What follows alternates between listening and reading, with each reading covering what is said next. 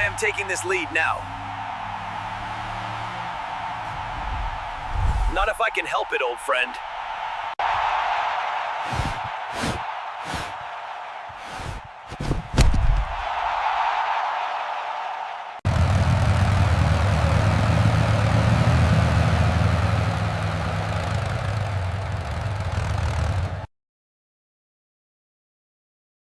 क्या आपको ठंडक पसंद आई या? हाँ, ये बहुत ठंडा है। मैं हमेशा आपका ख्याल रखूंगा। Look at this mist. It keeps everything so cool. Wow. It feels amazing. Can I try it? I am the king, and I never give up. I will hunt down my prey and rule this jungle forever. Welcome, my dear friends of the jungle. It is time for us to finally live together in perfect harmony.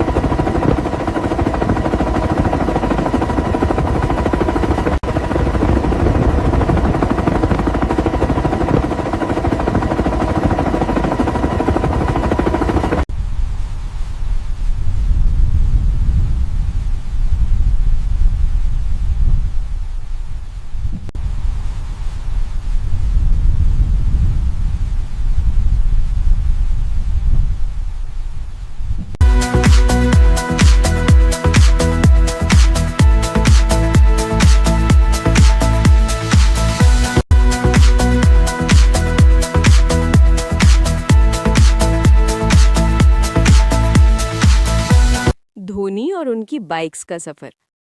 Ranchi की सुबह हल्की सी ठंडी थी। Garage के अंदर line से खड़ी उनकी कीमती बाइक्स चमक रही थी, पुरानी क्लासिक मॉडल से लेकर पावरफुल सुपर बाइक्स तक। महेंद्र सिंह धोनी अपनी पसंदीदा विंटेज बाइक के पास बैठकर खुद ही उसका इंजन चेक कर रहे थे। उन्हें मशीन से प्यार था और खुद हाथ लगाकर बाइक ठीक करना उन्हें सुकून देता था। बैकग्राउंड में हल्की सी प्यारी इंस्ट्रूमेंटल ट्यून चल रही थी। इंजन स्टार्ट हुआ। धुम की आवाज के साथ उनके चेहरे पर एक हल्का सा स्माइल आ गया। हेलमेट पहनकर धोनी अकेला हाईवे की तरफ निकल पड़े। हवा तेज थी पर उनका मन शांत। रोड के दोनों तरफ हरियाली थी और सूरज की रोशनी उनकी बाइक पर चमक रही थी। थोड़ी दूर जाकर उन्होंने बाइक रोकी। कुछ फैंस ने पहचान लिया, अरे धोनी सर। वो मुस्कुराए, हेलमेट उतारा और हर फैन को प्यार से ऑटोग्राफ दिया। किसी बच्चे के सिर पर हाथ रखा, किसी के साथ सेल्फी ली। उनकी सादगी देखकर सब और भी ज्यादा इम्प्रेस हो गए। फिर धोनी ने अपनी कीमती बाइक को दोबारा स्टार्ट किया, एक बार हाथ हिलाकर बाय बोला और हाईवे पर आगे बढ़ गए। हल्की सी म्यूजिक की ट्यून, खुला आसमान और एक लेजेंड का। एक घने जंगल में एक सीधा सादा बंदर रहता था। वो जंगल के दफ्तर में एक छोटा सा चपरासी यानी पियन था। उसी जंगल में उसकी सगाई एक सुंदर बंदरिया से हो गई थी। लेकिन शादी से पहले बंदरिया ने उसे ये कहकर ठुकरा दिया कि तुम तो बस एक मामूली चपरासी हो, मैं किसी बड़े अफसर से शादी करूंगी। बंदर का दिल टूट गया। वो बहुत दुखी हुआ, पर उसने हार नहीं मानी। उसने सोचा, मैं अपनी पहचान खुद बनाऊंगा। उसने दिन रात मेहनत शुरू कर दी। सुबह काम करता और रात को पढ़ाई। जंगल के बड़े पेड़ के नीचे बैठकर वो किताबें पढ़ता, नोट्स बनाता और खुद पर विश्वास रखता। कई सालों की मेहनत के बाद उसने जंगल की सबसे कठिन परीक्षा IAS यानी इंडियन सर्विस पास कर ली। अब वो जंगल का बड़ा अफसर बन गया। एक दिन वही बंदरिया उसे देखकर हैरान रह गई। उसने माफी मांगी, पर बंदर मुस्कुराया और बोला, सच्ची इज्जत पद से नहीं, मेहनत और आत्मविश्वास से मिलती है। अब पूरा जंगल उसकी मेहनत की मिसाल देता था। सीख, कभी भी किसी की काबिलियत को उसकी छोटी शुरुआत से मत आंकिए। मेहनत इंसान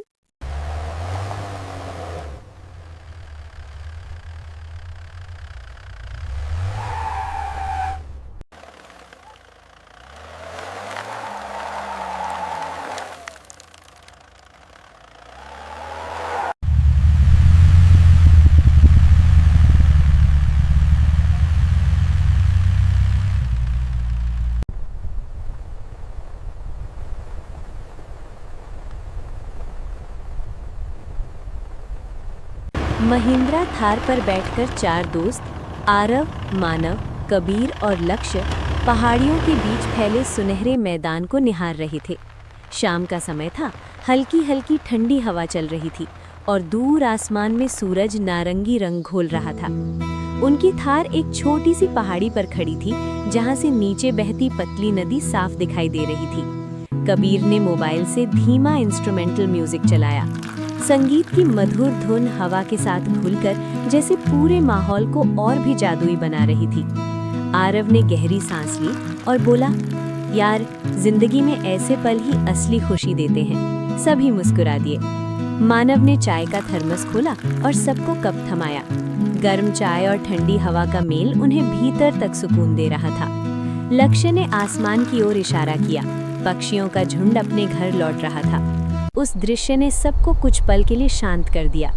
वे चारों बिना किसी चिंता के सिर्फ उस पल में जी रहे थे। न शहर का शोर, न काम का दबाव, बस दोस्ती, संगीत और प्रकृति की गोद। उस शाम उन्हें एहसास हुआ कि सच्ची दौलत महंगी चीज़ों में नहीं, बल्कि ऐसे सुकून भरे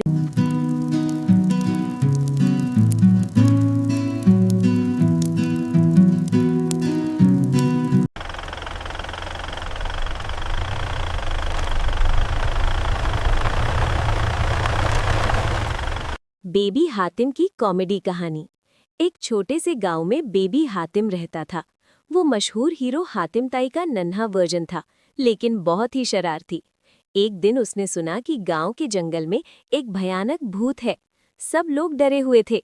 बेबी हातिम ने अपनी छोटी सी प्लास्टिक तलवार उठाई और बोला, मैं सबको बचाऊंगा। जंगल में पहुंचकर उसने जोर से आवाज लगाई, भूत, बाहर आओ। अचानक झाड़ियों से आवाज आई। बेबी हातिम डरा, पर हिम्मत करके आगे बढ़ा। पता चला कि वो भूत नहीं, गांव का मोटा बकरा था जो सफेद चादर में उलझा हुआ था। बेबी हातिम जोर जोर से हंसने लगा।